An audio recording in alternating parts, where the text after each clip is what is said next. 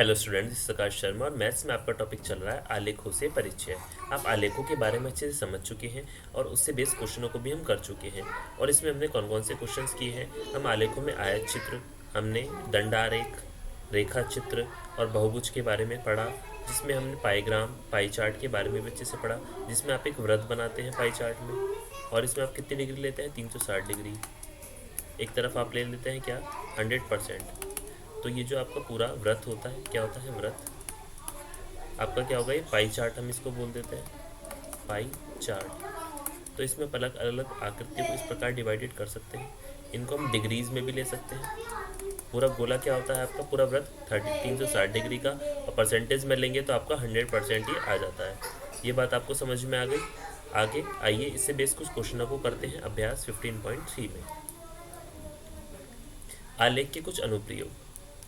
अब देखिए, आलेख के कुछ अनुप्रयोग किस प्रकार हैं। दैनिक जीवन में आपने देखा होगा कि किसी भी सुविधा का कितना अधिक उपयोग आप करते हैं, उतना ही अधिक उनके लिए मूल्य देना होगा।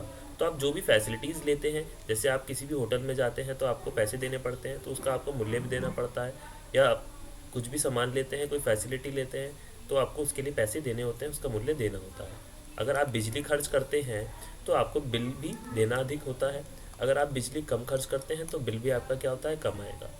यह एक उदाहरण है जहां एक राशि दूसरी को प्रभावित करती है। बिजली का बिल उपयोग की गई बिजली की मात्रा पर निर्भर करता है। हम कह सकते हैं कि बिजली की मात्रा एक मुक्त या स्वतंत्र चर है, जब बिजली का बिल पर एक आश्रित चर है। जो बिल है वो एक आश्रित है। किस चीज़ पर आश्रित है, आप जितनी बिजली फूकेंगे, जितनी खर्च करेंगे, उतना आपके उसके ऊपर आश्रित आएगा। ऐसी राशियों के संबंध को हम आलेख द्वारा प्रदर्शित कर सकते हैं। जैसे बिजली का बिल आपका एक आश्रित चर आ गया, एक स्वतंत्र चर आ गया। तो उस आश्रित चर के आ गया आपका बिजली का बिल किस चीज़ पर आश्रित हो गया, कि आप कितनी बिजली खर्च करेंगे या कितना उसको बचाएंगे। आप ज़्यादा खर्च करेंगे तो आपका ज़्यादा बिल आएगा, और कम बिजली खर्च करेंगे तो आपका कम बिल आएगा। ये बात आपको क्लियरिटी समझ में आ गई। अब नेक्स्ट देखिए, उदाहरण नंबर 5-6 दिया गया आपको। मात्रा तथा मूल्य। निम्न तालिका पेट्रोल की मात्राएं व उनके मूल्य बताती हैं। जैसे पेट्रोल की मात्रा कितनी है लीटर में आपकी, 10, 15, 20, 25। अब पेट्रोल का मूल्य कितना है आपका, रुपयों में है, 500, 750, 1000, 1250। इन आंकड़ों को दर्शाने के लिए आलेख खींचिए। अब आलेख खींचेंगे आप, क्या है, एक्स आ गया, ये आपका आ गया वाई अक्ष। अब देखिए यहाँ से क्या दे रखा है, 0 से लेके आपको पूरी संख्या दे रखी है, और ये हमने इसको आलेख यहाँ पर ले लिया। अब 5 का आपने कहा लिया है, 10 और 500, फिर आपका 15 और 750, फिर आपका 20 और ये 100,000 तक लिया गया है। ये आपका 25 और ये 1250 आपने लिया है। ये बात आपको समझ में आई। ये आपका क्या आ गया, एक्स अक्ष, ये आपका आ गया वाई अक्ष। ये बात आपकी क्लियर हो गई अच्छे से। अब देखिए यहाँ पर आपको दिए गए हैं मूल्य रुपयों में, 100, 200, 300, 400, 500, 600, 700, 800, 900, 1000, 1100, 1200 और 1300। और यहाँ पर आपको संख्या दी गई है 5। ये x0 आपका मूल बिंदु हो गया, ये 10, ये 15, ये 20, ये 25 लीटर्स में आपको संख्या दी गई है। तो पेट्रोल का जो मात्रा है वो आपको दी गई है, और मूल्य क्या दिया गया है आपको, रुपयों में। तो रुपयों में आपने वाई अक्ष पर लिया है, और पेट्रोल की मात्रा आपने एक्स अक्ष पर ली है। ये बात आपको क्लियर हो गई अच्छे से। आइए देखते हैं उदाहरण नंबर 7।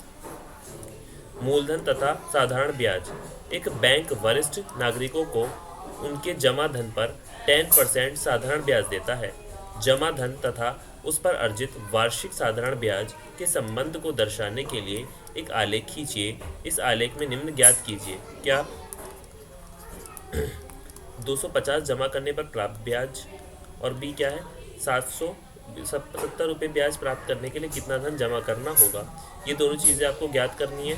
एक तो 250 जमा करना है तो आपको कितने रुपये ब्याज प्राप्त होगा, और अगर आप 70 रुपये का ब्याज प्राप्त करना चाहते हैं तो आपको कितना धन जमा करना होगा। अब जमा धन देखिए क्या है आपका, 100, 200, 300, 500। अब एक वर्ष के लिए साधारण ब्याज क्या हो गया आपका, 100 इंटू 1 इंटू 10 इंटू, जो कि क्या है आपका 10 वर्ष का आ गया। फिर आपका 200 इंटू 1 इंटू 10 इंटू 100, तो 20 रुपये आ गया। फिर आपका 300 इंटू 1 इंटू 10/100 आ गया, तो आपका 30 रुपये आ गया।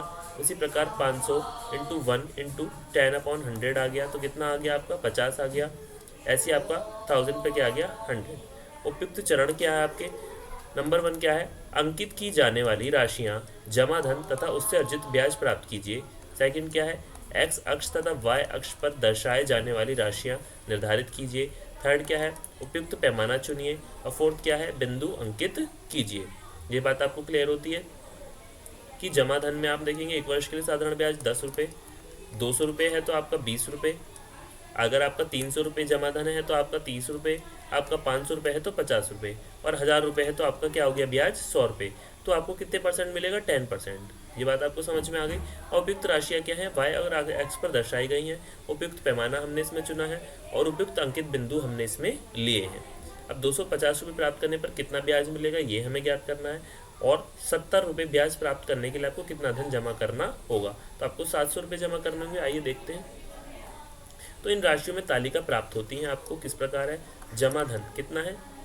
100, 200, 300, 500 और 1000।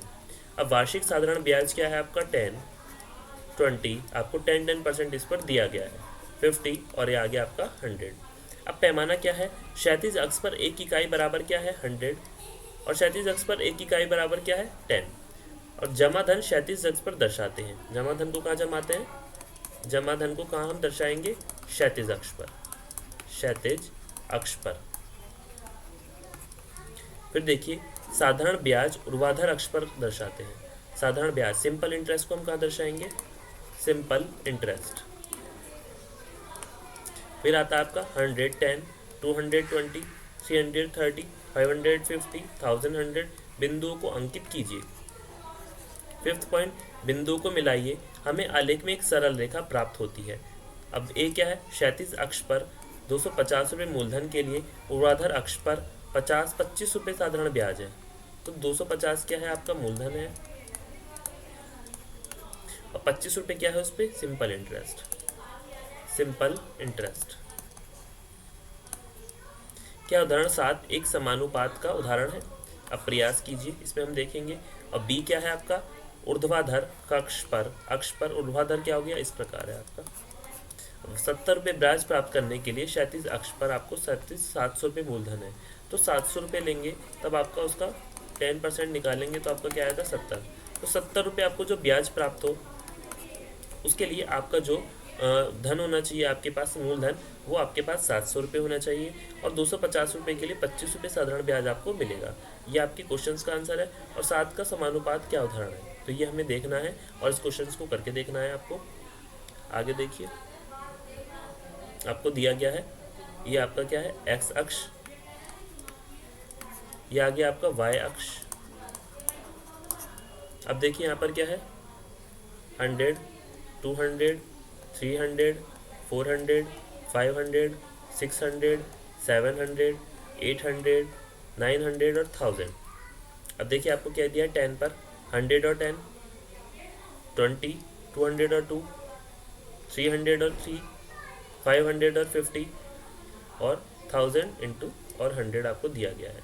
ये आपका एक्स वाई, इसको भी एक्स वाई, ये एक्स अक्ष, ये वाई अक्ष, ये एक्स अक्ष, ये वाई अक्ष, इसी प्रकार ये एक्स अक्ष, ये वाई अक्ष। तो पहला आपको क्या दिया गया है निर्देशांक? 100, 10। सेकंड आपको क्या दिया गया है? 200, 2, 20। थर्ड आपको दिया गया है क्या? 300, 30। 400 क्या आ गया फोर्थ का? 500 और 50। फिफ्थ का क्या आ गया आपका? 1000 और 100। तो आपका क्या है? ये सारे क्या आ गए? एक्स वाई अक्ष, एक्स कोमा वाई। तो आपका 220, 330, 550 और 1000 और 100 आपको दिया गया है एक्स अक्ष और वाई अक्ष पर। अब देखिए उदाहरण आपको दिया गया है, उदाहरण नंबर 8। समय और दूरी, अजीत लगातार 30 किलोमीटर आर की गति से स्कूटर चलाता है। इस स्थिति के लिए समय दूरी के बीच का आलेख खींचिए और इस आलेख से ज्ञात कीजिए। नंबर 1 क्या है? अजीत को 75 किलोमीटर दूरी तय करने में लगने वाला समय कितना है। सेकंड, अजीत द्वारा 3.5 घंटे में तय की गई दूरी। ये बात आपको समझ में आ गई। अब देखिए यात्रा के घंटे और तय की गई दूरी। तो 1 घंटा क्या है 30 किलोमीटर, दूसरा घंटा क्या है 2 × 30 = 60 किलोमीटर, थर्ड घंटा क्या है आपका 3 × 30 90 किलोमीटर, फोर्थ घंटा क्या है आपका 4 × 30 120 किलोमीटर। तो आपको क्या करना है तय की गई दूरी। तो हमें पता करना चाहिए कि आज क्या है अजीत को 75 किलोमीटर की दूरी तय करने में कितना समय लगा और 3.5 घंटे में वो कितनी दूरी तय करेगा। ये 2 क्वेश्चन आपके बन जाते हैं। तो 1 घंटे में 30 किलोमीटर जाता है, 2 घंटे में 60, 3 घंटे में 90 किलोमीटर और 4 घंटे में वो जाता है 120 किलोमीटर। ये आपका क्वेश्चन समझ में आया इतना आपको। अब नेक्स्ट देखिए, इन राशियों में निम्न तालिका स्पष्ट है कि समय घंटों में दिया गया है 1 2 3 4, जिसमें तय की गई दूरी किलोमीटर में 30 60 90 120। पैमाना, क्षैतिज अक्ष 2 इकाई बराबर 1 घंटा, क्षैतिज अक्ष 1 इकाई बराबर 10 किलोमीटर। सेकंड क्या है क्षैतिज अक्ष पर समय दर्शाते हैं। थर्ड ऊर्ध्वाधर पर दूरी दर्शाते हैं। और फोर्थ क्या आ गया 130 260 390 तथा 4 120। बिंदुओं को अंकित कीजिए। अब फिफ्थ देखिए, बिंदुओं को मिलाइए, हमें एक रैखिक आलेख प्राप्त होता है। अब देखेंगे ए में ऊर्ध्वाधर अक्ष पर 75 किलोमीटर दूरी लेने पर उनके अनुरूप क्षैतिज अक्ष पर के लिए 2.5 घंटे लगेंगे। आपको कितने घंटे 2.5 घंटे लगेंगे। अब बी क्या है क्षैतिज अक्ष पर 3.5 घंटे के अनुरूप ऊर्ध्वाधर अक्ष पर दूरी कितनी है आपको 105 किलोमीटर। अब देखिए यहाँ पर क्या दिया गया है आपको 130 निर्देशांक पहला, दूसरा क्या दिया गया है 260, थर्ड क्या दिया गया है आपको 390, फोर्थ क्या है 120। इस प्रकार आपको दिए गए हैं एक्स वाई, ये एक्स वाई, ये इसका एक्स वाई और ये भी क्या आ गया आपका एक्स और वाई। ये बात आपको क्लियर हो गई। समय घंटों में दिया गया है और समय क्या है तय दूरी क्या है किलोमीटर्स में। ये बात आपको क्लियर हो गई। और ये आपको दिया गया है देखिए 1 और ये 30, एक बिंदु यहाँ आ गया। फिर आपको दिया गया है 260, तो 2 आपका कहाँ है यहाँ है और 60 आपका आ गया ये, एक बिंदु आपको ये दिया गया। फिर आपका आता है क्या आगे 390, 3 आपका ये और 90 आपका आ गया ये।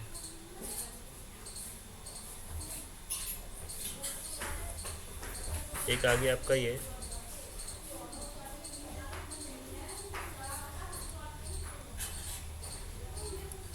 फिर आपका आता है क्या 4 120,